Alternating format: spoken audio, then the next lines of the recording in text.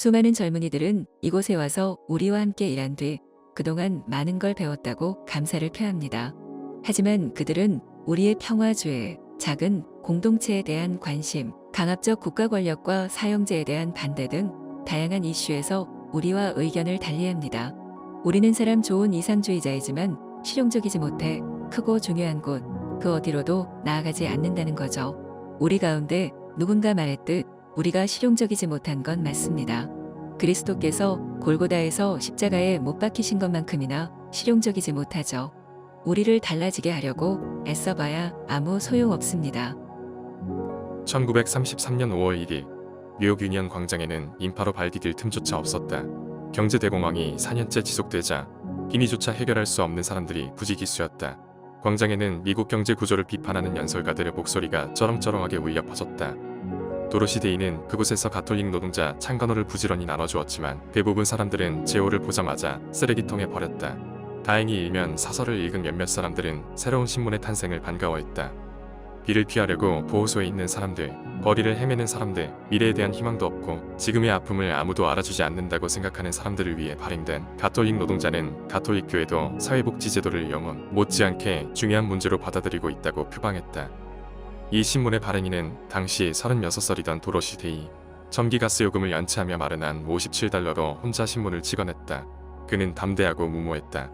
같은 해 도로시는 자신의 말과 글에 책임을 지겠다는 각오로 노숙자와 실직자들에게 조건 없이 음식과 숙소를 제공하는 환대의 집까지 열었다. 본문을 닫게 될 것이라는 사람들의 예상을 깨고 환대의 집은 3년 만에 미국 전역에 33곳이 세워졌다. 도로시는 1897년 뉴욕 브루클린에서 태어났다. 시카고에서 10대를 보낸 그는 고등학생 시절 업튼 싱클레어와 잭 런던의 소설을 읽으며 작가의 꿈을 키웠다. 라틴어와 그리스어에서 두각을 나타냈던 도로시는 일리노이대에 장학금을 받고 입학했지만 학교 공부보다는 러시아 문학 작품과 아나키즘 사상을 섭렵하는 데 몰두했다. 1916년 도로시는 학교는 더 이상 다닐 필요가 없다고 결론을 내고 뉴욕으로 향했다.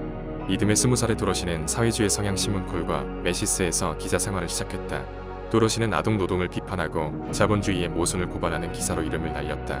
미국을 방문한 러시아의 혁명 이론가 트로츠키를 만나 인터뷰도 진행했다. 그는 매우 적극적으로 반전 시위와 여성 참정권 운동에 참여했다. 가두 행진을 벌이다 투옥된 그는 워싱턴의 감옥에서 성경을 읽었다. 수감자들에게 많은 것을 배웠다.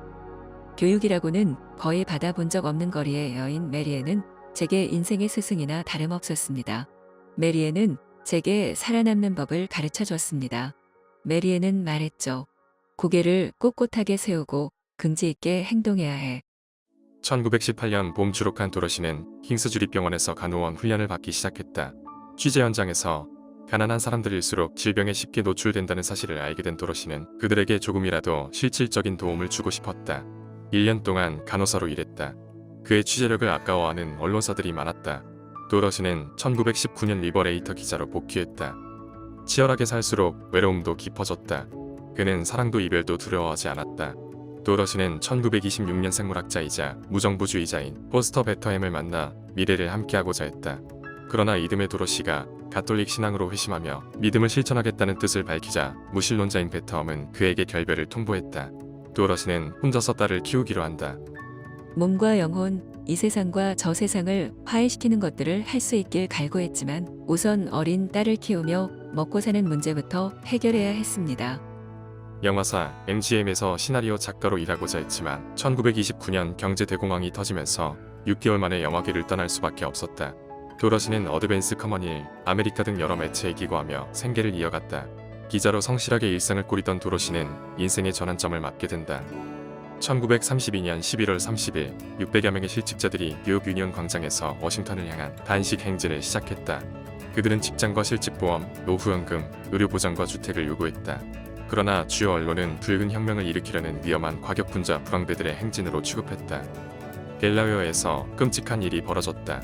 시위대에게 잠시 머물 곳을 마련해준 교회 창문으로 경찰이 최루탄을 던졌고 시위대 지도부로 의심되는 이들이 유치장으로 잡혀갔다.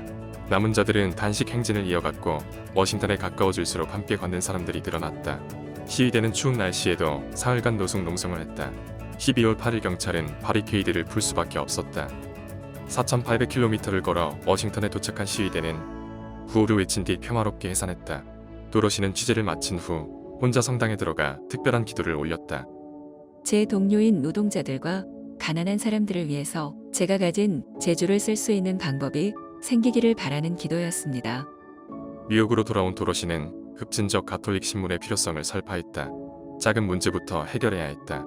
바오르 출판사가 팔면 신문 2,500부를 $57에 찍어 주기로 동의했다.